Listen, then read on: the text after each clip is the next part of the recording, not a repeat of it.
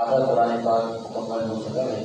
مستقبل بارے کے سراستر جو ہے وہ تلاوت کی گئی ہے۔ بارے بارے میں اللہ رب العالمین نے جب حضرت یوسف علیہ نبی جناب علیہ السلام کے واقعے کو بیان کیا تو واقعہ مکمل بیان کرنے کے بعد اللہ رب العالمین نے فرمایا ذالک من انباء الغیب نوحیہ الیک، فرمایا کہ یہ غیب کی خبریں ہیں جو ہم آپ کی طرف وحی کرتے ہیں۔ تو یہ آیت کریمہ سے بھی پتہ چلتا ہے کہ اللہ رب العالمین نے اپنے نبی کو غیب کی خبریں اور غیب کا علم عطا فرمایا ہے، اور کئی جگہ پر اللہ رب العالمین نے سابقہ انبیاء کرام کے سابقہ قوموں کے واقعات کو بیان کر کے کہا کہ یہ غیب کی خبریں ہیں جو ہم آپ کو بتا رہے ہیں۔ تو اس سے بھی پتہ چلتا ہے جو ہمارا عقیدہ ہے کہ حضور علیہ السلام کو اللہ رب العالمین نے غیب کا علم عطا فرمایا ہے، تو یہ عقیدہ قرآن پاک سے ثابت ہے۔ اور پھر یوسف علیہ نبینا علیہ السلام کے واقعے میں ایک ذکر ہوا خواتین کا کہ انہوں نے اپنی انگلیاں کاٹ لی، تو اس سے بھی جو کئی چیزیں سیکھنے کو ملتی ہیں۔ ایک چیز ہمیں یہ پتہ چلتی ہے کہ یہ بھی ہمیں قرآن و سنت سے پتہ چلتا ہے کہ موت کے وقت بڑی سختی بڑی تکلیف ہوتی ہے، کہ جب روح نکلتی ہے نا بندے کی، تو نزا کی جو عالم ہے وہ بڑا خطرناک عالم ہوتا ہے، اور بندہ بہت تکلیف میں ہے۔ بعض روایتوں میں آیا کہ اگر فرشتے جب آتے ہیں نا روح نکالنے کے لیے تو اس کو باندھ دیتے ہیں، کہا کہ اگر اس کو نہ باندھے نا تو تکلیف کی وجہ سے وہ اچھل کر چھت سے جا کر لگے، اتنی تکلیف جو ہے روح نکلتے وقت ہوتی ہے۔ لیکن جو شہید ہوتا ہے، شہید تو تمنا کرے گا جنت کے اندر بھی، باری تعالیٰ شہادت کے وقت جو مزہ آیا تھا نا مجھے وہی مزہ چاہیے۔ شہادت کے وقت جب روح نکل رہی ہے، شہید کی بھی روح نکل رہی ہے، لیکن شہید کو روح نکلنے میں مزہ آ رہا ہے، اس کے علاوہ جو دیگر لوگ ہیں ان کو روح نکلنے میں تکلیف ہو رہی ہے، اس کا کیا معاملہ ہے؟ حالانکہ تکلیف اس کو بھی ہوتی ہے، کیونکہ ایک قاعدہ ہے روح جب نکلے گی تو تکلیف ہوگی، ہر ایک کو تکلیف ہوتی ہے، لیکن جو شہید ہوتا ہے اس کو احساس نہیں ہوتا۔ احساس کیوں نہیں ہوتا؟ کیونکہ شہید کی نظروں کے سامنے حضور علیہ السلام کا جلوہ ہوتا ہے، وہ حضور علیہ السلام کا جلوہ دیکھتے دیکھتے اس کی روح نکل جاتی ہے، پتہ ہی نہیں چلتا۔ اب کہا کہ تکلیف ایسے معاملے کے اندر قرآن پاک کے اندر جب اللہ رب العالمین نے یوسف علیہ السلام کا واقعہ بیان کیا اور زلیخا کو مصر کی عورتوں نے تانا دیا کہ ایک غلام، کیونکہ وہ تو سمجھتی تھی کہ غلام ہے، یوسف علیہ السلام کو دیکھا نہیں تھا انہوں نے، تو ایک غلام ہے اور اس کے پیچھے جو ہے نا یہ پاگل ہو گئی ہے۔ تو پھر زلیخا نے سب کی دعوت کی، تمام خواتین کو بلایا، ان کے ہاتھوں میں ایک پھل اور ایک چھری دے دی، اور یوسف علیہ السلام کو دو حکم اس نے ایک ساتھ دیے۔ ایک تو یوسف علیہ السلام کو کہا کہ یہاں سے گزریں، تو یوسف علیہ السلام وہاں سے جب گزرے اور خواتین کو حکم دیا کہ تم سیب کاٹو، جو سیب ان کے ہاتھوں میں دیا تھا، سیب تم لوگ کاٹو۔ اب انہوں نے سیب کاٹنا شروع کیا، جب یوسف علیہ السلام ان کے سامنے سے گزرے تو یوسف علیہ السلام کو دیکھنے میں وہ اتنی مگن ہو گئیں کہ حسن یوسف کو دیکھ کر وہ سیب کی بجائے انہوں نے اپنی انگلیاں کاٹ لی، اور انگلیاں کٹ گئیں، خون نکل رہا ہے، لیکن ان کو احساس نہیں ہو رہا۔ وہ کہہ رہی ہیں یہ جو ہے نا ان ھذا الا ملک کریم، یہ کوئی بشیر کوئی انسان نہیں لگتا، یہ تو کوئی بڑا کریم اور بڑا خوبصورت فرشتہ ہے۔ تو یوسف علیہ السلام کے حسن میں گم ہو گئیں اور ان کو انگلیوں کے کٹنے کا احساس نہیں ہوا۔ تکلیف تو ہو رہی تھی لیکن وہ تکلیف انہوں نے محسوس نہیں کی، کیونکہ وہ حسن یوسف میں مگن تھی۔ اسی طریقے سے جب اللہ کی بارگاہ میں جب جاتا ہے نا، اپنی جان قربان کرتا ہے، اس کی روح نکل رہی ہوتی ہے تو وہ جلوہ مصطفیٰ میں گم ہوتا ہے، اور حضور علیہ السلام کا جلوہ دیکھتے دیکھتے اس کو پتہ ہی نہیں چلتا کہ روح کب نکل گئی ہے۔ تو اس لیے ہر ایک کی تمنا ہونی چاہیے۔ فاروق اعظم رضی اللہ تعالیٰ عنہ دعا بھی کرتے تھے، صحابہ کرام بھی دعا کرتے تھے، اللہم ارزقنا شہادتا فی سبیلک، اے اللہ ہمیں اپنی راہ میں شہادت کی موت عطا فرما۔ یہ شہادت کا جذبہ ہونا چاہیے، مرنا تو ہے، روح تو ہماری نکلنی ہے۔ اگر شہادت کے بغیر نکلی، دنیا داری کرتے کرتے نکلی، تو پھر وہ جو تکلیف ہے نا وہ بندہ برداشت نہیں کر سکتا، وہ نزا کی خطرناک تکلیف بندہ برداشت نہیں کر سکتا۔ یہ اس مرحلے سے ہمیں گزرنا ہے، تو تمنا یہ ہو کہ حضور علیہ السلام کا دین کا کام کرتے کرتے حضور علیہ السلام کی محبت میں ہم جائیں، شہادت کا مرتبہ مل جائے، تاکہ جب ہماری روح نکل رہی ہو سامنے جلوہ مصطفیٰ ہو اور ہماری روح نکل جائے ہمیں پتہ بھی نہ چلے۔ اللہ رب العالمین ہمیں شہادت کی موت عطا فرمائے۔ اور پھر اللہ رب العالمین نے ایک قانون اور بیان کیا 13ویں پارے میں سورۃ الرعد کی آیت نمبر 13 میں اللہ رب العالمین نے قانون بیان کیا ہے، ان اللہ لا یغیر ما بقوم حتی یغیروا ما بانفسہم، کہا کہ اللہ اس قوم کی حالت نہیں بدلتا جو قوم اپنی حالت بدلنے کی خود کوشش نہ کرے۔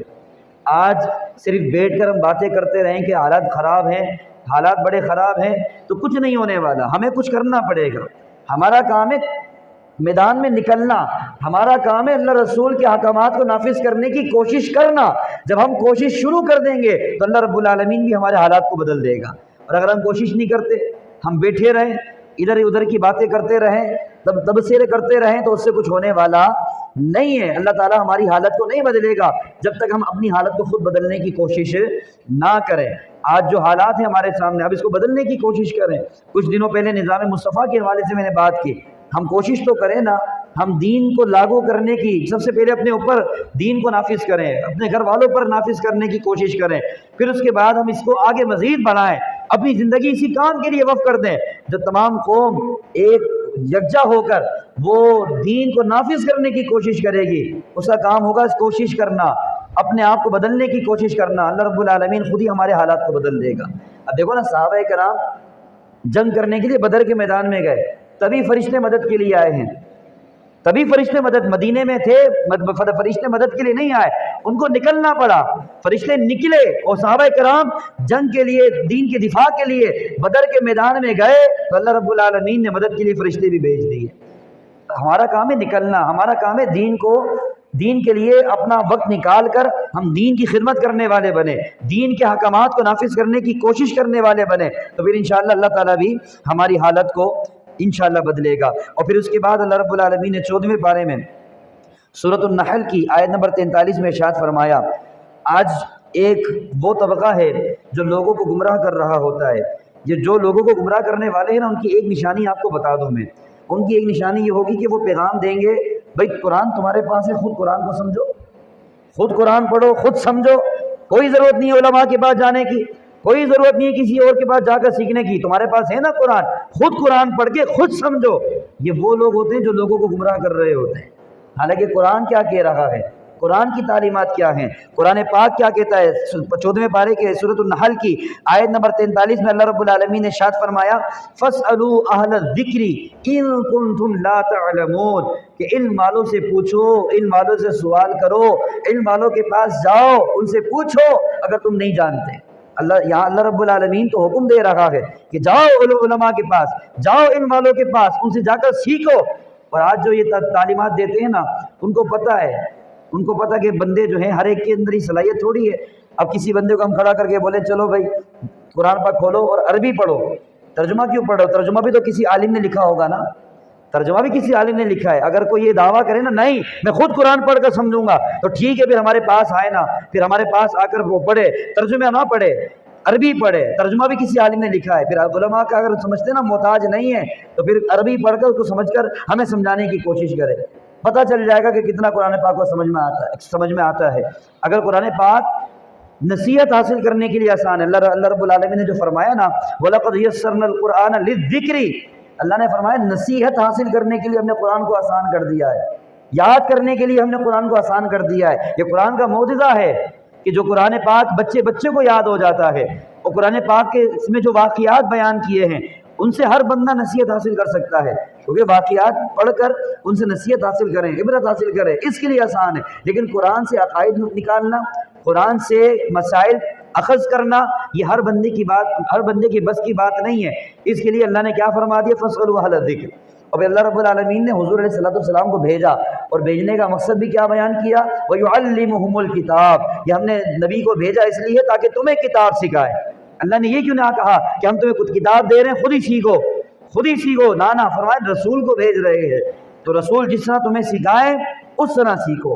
اور نبی پاک علیہ السلام نے کس طرح سکھایا، صحابہ کرام نے کس طرح سیکھا، آگے کیا معاملات لے کر چلے۔ صحابہ کرام بھی ایک دوسرے کے پاس جایا کرتے تھے، کوئی مسئلہ معلوم نہیں ہوتا، ایک صحابہ کسی دوسرے صحابہ کے پاس جاتے، ان سے پوچھتے کہ یہ مسئلہ کیا ہے، حالانکہ قرآن تو وہاں پر ہی موجود تھا۔ صحابہ سے بڑھ کر ہم لوگ قرآن سمجھنے والے، صحابہ کرام تو وہی جنہوں نے ڈائریکٹ حضور علیہ السلام سے قرآن کو سمجھا ہے۔ اس کے باوجود صحابہ کرام کوئی مسئلہ معلوم نہیں ہوتا تو قرآن پاک کی اس آیت پر عمل کرتے جو میں نے آپ کے سامنے بیان کی ہے، فَاسْأَلُوا أَهْلَ الذِّكْرِ إِن كُنتُمْ لَا تَعْلَمُونَ، علم والوں کے پاس جاؤ اگر تم نہیں جانتے۔ تو یہ جو ایک آسان میں نے نشانی بیان کی ہے، جو اہل حق علماء ہوں گے نا وہ کبھی بھی آپ کو یہ دعوت نہیں دیں گے، ان کو پتہ ہے کہ اگر عوام کے ہاتھوں میں دے دیا پھر کوئی ہر ایک جو ہے نا اپنے مطلب سے قرآن کو سمجھ رہا ہوگا، کوئی کیا مطلب نکال رہا ہوگا، کوئی کیا مطلب نکال رہا ہوگا۔ جیسا کہ ایک جگہ کے اوپر ایک ملک کا واقعہ ایک عالم دین نے سنایا کہ جب وہ وہاں پر گئے تو وہاں کے مسلمانوں کی حالت یہ تھی کہ وہ مسلمان جو ہیں رات میں شراب پیتے، نمازیوں کی بات ہو رہی تھی، بے نمازیوں کی نہیں، جو 5 وقت کے نمازی تھے نا، دن میں 5 وقت کی نماز پڑھتے، رات میں شراب پیتے۔ ان سے کہا شراب پیتے ہو؟ حرام ہے۔ کہا کون سے حرام ہے؟ ہم نے قرآن پاک میں پڑھا ہے، اللہ نے منع تھوڑی کیا ہے۔ کہا تم نے قرآن میں کہاں پڑھ لیا؟ کہ دیکھو اللہ نے قرآن پاک میں فرمایا یا ایھا الذین آمنوا لا تقربوا الصلاۃ وانتم سکارا، اے ایمان والو جب تم نشے کی حالت میں ہو تو نماز سے قریب نہیں جانا۔ یا نشے سے منع تھوڑی کیا، نماز سے قریب جانے سے منع کیا ہے، یہاں نشے سے منع نہیں کیا۔ کس سے منع کیا ہے؟ جب تم نشے کی حالت میں ہو تو نماز سے قریب نہیں جانا۔ تو ہم جو ہے رات میں شراب پیتے ہیں، صبح تک نشہ اتر جاتا ہے، دن میں نہیں پیتے، یہ نماز کا وقت قریب آتا ہے۔ تو پھر ان کو سمجھایا گیا کہ واقعی قرآن پاک کی آیت ہے، لیکن یہ آیت منسوخ ہے۔ یہ آیت اس وقت نازل ہوئی کہ جب شراب حلال تھی، شراب کی حرمت نازل نہیں ہوئی تھی، مسلمان شراب پیا کرتے تھے کیونکہ اللہ نے حرام نہیں کی تھی اس وقت تک۔ تو اس وقت اللہ نے حکم یہ نازل کیا تھا کہ جب تم نشے کی حالت میں ہو تو نماز کے قریب نہیں جانا، جب تم نشہ اتر جائے پھر نماز پڑھنا۔ لیکن بعد میں تو اللہ تعالیٰ نے حرام قرار دے دیا نا کہ شراب حرام ہے، لیکن انہوں نے کیا کیا؟ ظاہر سی بات ہے قرآن پاک سے مسائل نکالنا ہر عالم کا بھی کام نہیں ہے۔ یہ علماء کی ایک بہت بڑی قسم ہوتی ہے مجتہد، جس کی نظر میں قرآن کی تمام آیتیں ہوتی ہیں، وہ قرآن پاک سے کسی ایک آیت سے مسئلہ نکالنے کے لیے وہ تمام آیتوں کو دیکھتا ہے کہ ان آیتوں کے اندر ایسا کوئی ہم مطلب تو نہیں نکال لے کہ جو دوسری آیت کے خلاف ہو۔ تو اس لیے عوام کے ہاتھوں میں دیا تو دیکھ لو کیا انجام ہوگا۔ اور ابھی بھی کئی ایسے معاملات ہمارے سامنے آتے ہیں، وہ آگے کہتے قرآن پاک میں تو یہ بیان ہے، ہم نے کہا بھائی یہ مطلب نہیں ہے قرآن پاک کا، اپنے دماغ سے مطلب نکالو گے تو بھی گمراہیت کے راستے پر چلے جاؤ گے۔ اللہ نے قرآن پاک میں خود فرمایا یضل بہ کثیرا، قرآن پاک کے ذریعے لوگ گمراہ بھی ہوتے ہیں۔ وہ کون لوگ گمراہ ہوتے ہیں؟ کہ جو اپنی عقل سے قرآن پاک کو سمجھنے کی کوشش کرتے ہیں۔ تو اس لیے قرآن پاک کو سمجھنا ہے، لیکن کس طرح سمجھنا ہے؟ علماء حق کی نگرانی میں سمجھنا ہے، ترجمہ بھی پڑھنا ہے، ترجمے کے ساتھ تفسیر بھی پڑھنی ہے، اور پھر یہ بھی ذہن میں رکھنا ہے کہ اگر کوئی بات ہمیں سمجھ میں نہیں آئے تو قرآن پاک کی اس آیت پر عمل کرنا ہے، فَاسْأَلُوا أَهْلَ الذِّكْرِ، علم والوں کے پاس جاؤ سوال کرو اگر تم نہیں جانتے۔ تو قرآن پاک کی اس آیت پر عمل کرتے ہوئے ہم وہ قرآن پاک لے کر آ جائیں کہ تفسیر میں یہ بیان ہے اور اس طرح کے معاملات ہیں، اور ہمیں تو جو نا اس پر یہ اعتراض وارد ہو رہا ہے یا ذہن میں کچھ باتیں آ رہی ہیں تو جا کر پوچھو علم والوں سے۔ نہیں پوچھیں گے تو ہوتا کیا ہے؟ پھر ایسا سا بندہ وہ اسلام سے ہی متنفر ہو جاتا ہے، وہ سمجھتا ہے کہ قرآن پاک میں جگہ جگہ اختلاف ہے، معاذ اللہ، حالانکہ قرآن پاک میں کوئی اختلاف نہیں ہے، قرآن پاک میں کوئی تضاد بیانی نہیں ہے، لیکن جو اپنی عقل سے سمجھنے کی کوشش کرتا ہے نا تو اس کو پھر وہ یہ سمجھتا ہے کہ شاید جو ہے نا قرآن پاک میں تضاد بیانی کو بیان کیا گیا ہے۔ تو اس لیے اس آیت کریمہ پر ہمیں عمل کرنا ہے، علم والوں سے سوال کرو اگر تم نہیں جانتے۔ اور آپ دیکھ لیں یہ نشانی ہے، جو سوشل میڈیا پر آ کر یا کہیں پر بھی بیٹھ کر یہ بات کر رہا ہو نا کہ خود پڑھو خود سمجھو، تو سمجھ جانا وہ امت کو گمراہ کرنے والا ہے۔ اگر خود ہی پڑھنا خود سمجھنا تو بیٹھ کر بیان کیوں کر رہا ہے؟ بھئی بات ہے نا، تو اتنا بیان کر کے چلا جا، بھائی قرآن پاک تمہارے پاس ہے، خود ہی پڑھو خود ہی سمجھو، تو کیوں سمجھا رہا ہے لوگوں کو؟ پھر بس یہ دعوت دے کر چلے جاؤ، لیکن وہ خود بھی سمجھا رہا ہوتا ہے، یعنی کہنا چاہتا ہے کہ جس طرح میں تمہیں بتا رہا ہوں نا بس وہ کرو، کیونکہ ان کا مقصد ہے گمراہ کرنا، اور گمراہ کرنے کے لیے ایک سیدھا سا راستہ ہے کہ امت کو جو ہے نا اس کام پہ لگا دو کہ خود ہی پڑھو، علماء سے دور ہو جاؤ، علماء کی صحبت سے دور ہو جاؤ۔ حالانکہ احادیث طیبہ میں نبی پاک علیہ السلام نے کیا فرمایا؟ نبی پاک علیہ السلام نے فرمایا کہ تم یا تو عالم بن جاؤ، کیا فرمایا؟ عالم بن جاؤ، عالم نہیں بن سکتے تو طالب علم بن جاؤ، علم حاصل کرنے والے بن جاؤ، کہ یہ بھی نہیں بن سکتے تو علماء کی صحبت میں رہنے والے بنو، اگر یہ بھی نہیں بن سکتے تو علماء سے محبت کرنے والے بننا، اور پانچویں نہیں بننا ورنہ ہلاک ہو جاؤ گے۔ یہ حضور علیہ السلام نے فرمایا، پانچویں نہیں بننا ورنہ ہلاک ہو جاؤ گے۔ اب یہاں علماء حق کی بات ہے، علماء سو کی بات نہیں ہے۔ ہم تو ہر ایک کو جو غلط بیانی بھی کر رہا ہو، جیسے میں نے آپ کو نشانی ایک بیان کر دی، کئی نشانیاں ہیں، ایک نشانی میں نے آپ کے سامنے بیان کر دی، تو اگر وہ یہ دعوت دے رہا ہے تو یہ دعوت ہی قرآن کے خلاف ہے، یہ دعوت قرآن و سنت کے، میں نے قرآن کی آیت بھی آپ کے سامنے بیان کر دی اور میں نے آپ کے سامنے حدیث پاک بھی بیان کر دی کہ دونوں کے خلاف ہے۔ جو یہ کہتا ہے کہ خود پڑھو خود سمجھو، تو یہ قرآن کے بھی خلاف دعوت دے رہا ہے اور حدیث پاک کے خلاف بھی دعوت دے رہا ہے۔ پھر اس کے بعد اللہ رب العالمین نے سورۃ النحل کی آیت نمبر 125 میں ارشاد فرمایا، یہ بھی آج ہمارے لیے قابل غور ہے۔ آج ہم کسی کو دعوت دیتے ہیں نا کہ دین کی، تو ہمارا انداز کیا ہوتا ہے؟ کسی کو سمجھاتے ہیں تو ہمارے سمجھانے کا انداز کیا ہوتا ہے؟ کسی کو دین کے قریب کرنا ہے نا تو کس انداز میں کرنا ہے؟ ہم قرآن پاک کی تعلیم کو دیکھتے ہیں اور اپنے انداز کو دیکھیں۔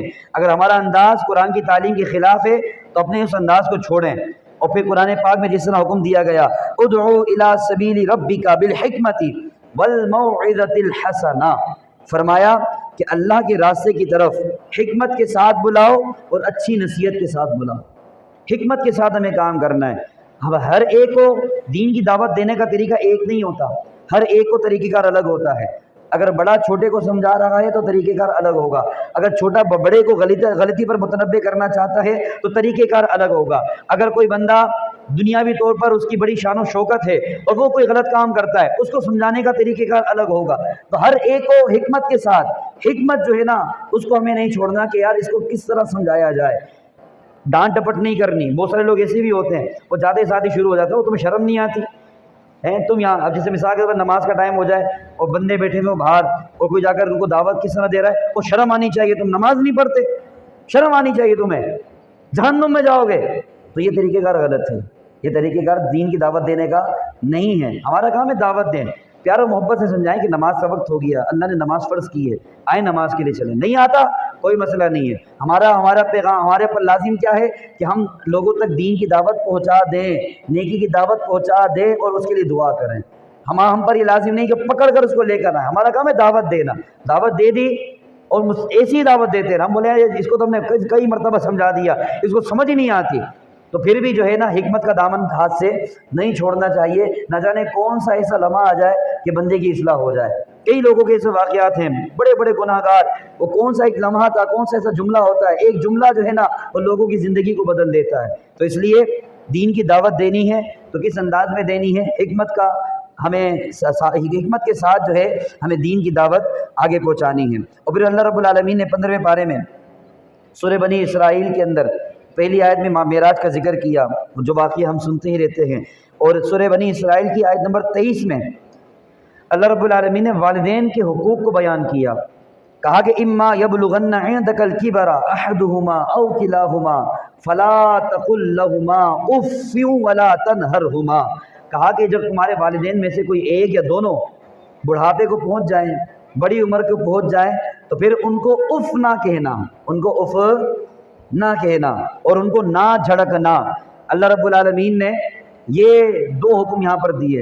اچھا یہاں پر یہ دیکھیں بیان کیا کیا کہ جب بوڑھے ہو جائیں، تو اس کا مطلب یہ نہیں کہ اگر ماں باپ جوان ہو تو جو ہے نا ان سے لڑائی بھی کر لو، ان کو اف بھی کہہ دو۔ تو یہاں پر اس لیے کہا کہ جوان ماں باپ سے کوئی زبان درازی کرتا نہیں ہے، ان کو پتہ جوان ہے، اور جب ماں باپ جوان ہوتے ہیں نا تو اولاد ماں باپ کے پیچھے اور ماں باپ کے مال پر جو ہے نا وہ عیش کر رہی ہوتی ہے، اس لیے جب جوان ماں باپ کے ساتھ تو اتنا معاملہ ہوتا بھی نہیں ہے۔ اور پھر جوان ماں باپ جو ہیں وہ اولاد کے لیے آزمائش بھی نہیں ہوتے۔